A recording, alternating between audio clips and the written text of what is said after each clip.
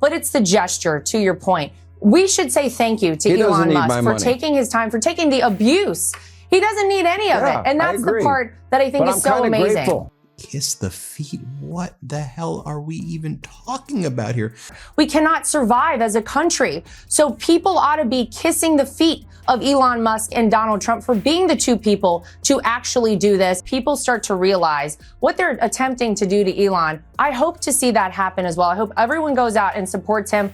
And look, this guy's got more money than he's ever going to know what to do with. On this episode, talking about how great he thinks Elon is and how sad we should all feel that Elon stock is tanking as Elon takes away people's Medicaid, attacks people's Social Security. Ever wonder what it looks like when news hosts worship billionaires while your 401k crashes? Fox News hosts are literally telling viewers to kiss the feet of Elon Musk and Trump as the economy tanks around us. Yeah, that's right. While the Dow drops 2% and consumer confidence hits rock bottom, Sean Hannity is busy planning which Tesla model he'll buy to support poor little Elon. It's like watching the band play as the Titanic sinks, except the band is telling you to thank the icebergs. So we're living in a world where Fox News has officially become the billionaire worship channel. I'm not even joking about this. During a literal market freefall, when Americans were watching their retirement accounts shrink faster than Trump's credibility, Fox News had the absolute audacity to suggest we should all be bowing down to the ultra-wealthy. Picture this. Lara Trump, sitting comfortably in the Fox studio while markets are tanking, looks into the camera with complete seriousness and tells viewers they ought to be kissing the feet of billionaires like Elon Musk and her father-in-law. Not thanking them, not respecting them, kissing their feet. I mean, who talks like that outside of a medieval fantasy kingdom? But wait, it gets better. While she's demanding Americans pucker up for billionaire toes, regular folks are watching their 401ks do a disappearing act worthy of a Vegas magic show. The economic indicators are flashing red like Christmas lights at Mar-a-Lago. The Economic Policy Uncertainty Index has hit its highest level since we were all hoarding toilet paper during the pandemic. Remember those fun times? And the University of Michigan's Consumer Sentiment Index has dropped nearly 16% compared to last year. Fox is quite literally collapsing before our eyes. Watch what went down last night when Sean Hannity brought on Lara Trump, who says, but it's the gesture, to your point. We should say thank you to Elon Musk for taking his time, for taking the abuse. He doesn't need any of it. And that's the part that I think is so amazing. Grateful. So then Sean Hannity almost quite literally then kisses Elon Musk's feet on air. And Sean Hannity says, look, I know Elon's struggling right now. His stock is absolutely tanking. I need to help him. I need to support him. I'm going to go buy a Tesla. But sure, Laura, let's worry about whether billionaires feel appreciated enough. The most incredible part? Sean Hannity just sits there nodding along like one of those dashboard bobbleheads, completely disconnected from the economic reality most Americans are experiencing. It's as if he's living in an alternate universe where the biggest tragedy isn't people struggling to pay bills, but rather billionaires not getting enough foot kisses. What makes this whole thing even more ridiculous is the timing, as markets were literally crashing. As regular Americans were watching years of savings evaporate, Fox News transformed into a 24/7 billionaire appreciation society. They weren't discussing how to protect your investments or what the economic turbulence means for average families. Nope, they were busy making sure viewers understood the proper technique for billionaire foot kissing. Let's be crystal clear about what's happening here. A major news network had a primetime segment where they literally told Americans to kiss the feet of billionaires during an economic crisis. Not metaphorically, not as a joke. Those were the actual words used on television, beamed into millions of homes across America. Imagine sitting at home, checking your rapidly shrinking retirement account, worrying about how you'll make ends meet, and turning on Fox News for information, only to be told you should be more grateful to people who have more money than they could spend in 100 lifetimes. It's like asking someone who's drowning to thank the guy standing safely on the shore for inventing water. And just when you thought the billionaire love fest couldn't get more absurd, Sean Hannity decided to play economic hero by announcing his plans to rescue... Wait for it. I'm going to go out. A friend of mine has a Tesla. I've driven it. I loved it. It's a great car. And I just frankly want to support someone who's given up an awful lot to help our president. They've gone to the feet kissing stage of recession, Great Recession, and depression. Kiss their feet for what they're giving you. Help our country, save us a ton of money, and get us on the right track. Speaker of the House, Newt Gingrich, if you're nice to me, I'll let you drive my new Tesla. Hannity goes, hey, Newt, if you're very nice to me, I'm going to let you drive my new Tesla that I got. I think a Cybertruck would really have been you. You could have put Sean on the side of it. Elon Musk. Yes, the same Elon Musk who has more money than most countries. It's like watching someone start a GoFundMe for the Sultan of Brunei or passing around a collection plate for Jeff Bezos. In what might be the most tone-deaf segment in cable news history, Hannity got all misty-eyed about poor little Elon's terrible predicament of being obscenely wealthy. With genuine emotion in his voice, Hannity declared, "I need to help him. I need to support him. I'm going to go buy a Tesla because Elon needs our support now more than ever." I'm sorry, what? The world's richest man needs support from a TV host? That's like throwing a life preserver to someone standing on top of Mount Everest. The bizarre spectacle continued as Hannity, practically dabbing away tears, confessed, "I hate what they're doing to this guy." Who exactly is they? And what horrible things are they doing to a man worth hundreds of billions? Is someone forcing Musk to swim through his money vault Scrooge McDuck style until his arms get tired? The horror. Meanwhile, regular Americans are checking their grocery receipts with growing panic, wondering if they can afford both eggs and milk this week. The Dow Jones Industrial Average has dropped about 2%, completely erasing any gains since Trump's inauguration, and the Nasdaq took an even bigger hit with a 4% loss. But sure, let's all worry about whether Elon Musk is feeling appreciated enough. The surreal billionaire fan club meeting reached peak absurdity when Hannity turned to Newt Gingrich. Look, I know that you inherited a mess, and you said that the other night. I've only been here, but are you expecting a recession this year? The president has been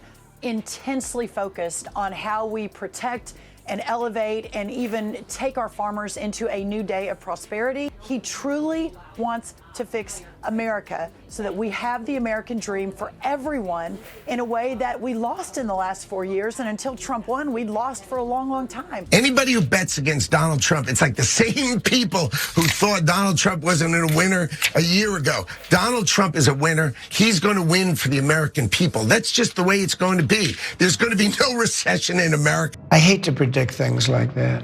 There is a period of transition because what we're doing is very big. We're bringing wealth back to America. With what must be the weirdest flex in television history, telling him, "If you're very nice to me, I'm going to let you drive my new Tesla that I got." Wow, how generous. Nothing says "I understand economic hardship" like two wealthy men discussing who gets to joyride in a luxury vehicle purchased specifically to make another billionaire feel better about himself. The conversation then devolved into a debate about whether Hannity should have bought a Cybertruck instead of a Tesla. Truly the kind of hard-hitting economic analysis Americans need during market turmoil. It's as if they're hosting a yacht shopping advice show during a hurricane. What makes this whole charade even more ridiculous is that Fox completely ignores what Musk is actually doing with all his money and power, like cutting funding for cancer research and dismantling consumer protection agencies. But why focus on those trivial details when we could instead treat him like an endangered species that needs our conservation efforts? The sheer disconnect is staggering. Fox has created an alternate reality where billionaires are the real victims of economic downturns, not the millions of Americans watching their retirement accounts evaporate or struggling families choosing between medicine and food.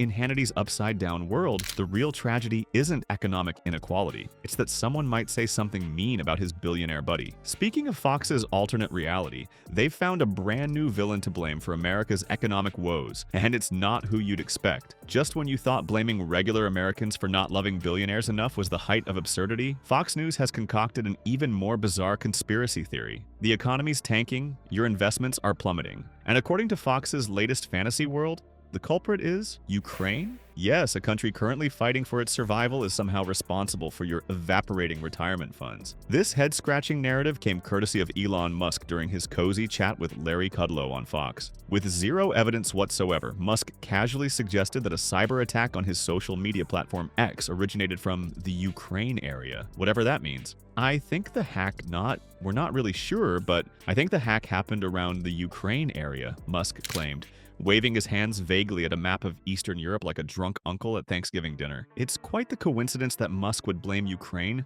right after he called Senator Mark Kelly from Arizona a traitor for simply visiting the embattled nation. Nothing suspicious about that timing at all. But it's going to be a little bit bumpy. It will be imperfect. I mean, if it was easy and you could do it overnight, then it would happen with a snap of a fingers, but that's not it. Or do you want Elon Musk to help the commander-in-chief, and there's only one, President Donald Trump, cut waste and make us money? there's just so much to go into. I don't even know where to start. But who would you want running your country, Jesse? I think with the fentanyl tariffs on Canada and Mexico, and then China gets only 10%, then we're doing a summit with China. I think that people can't process that.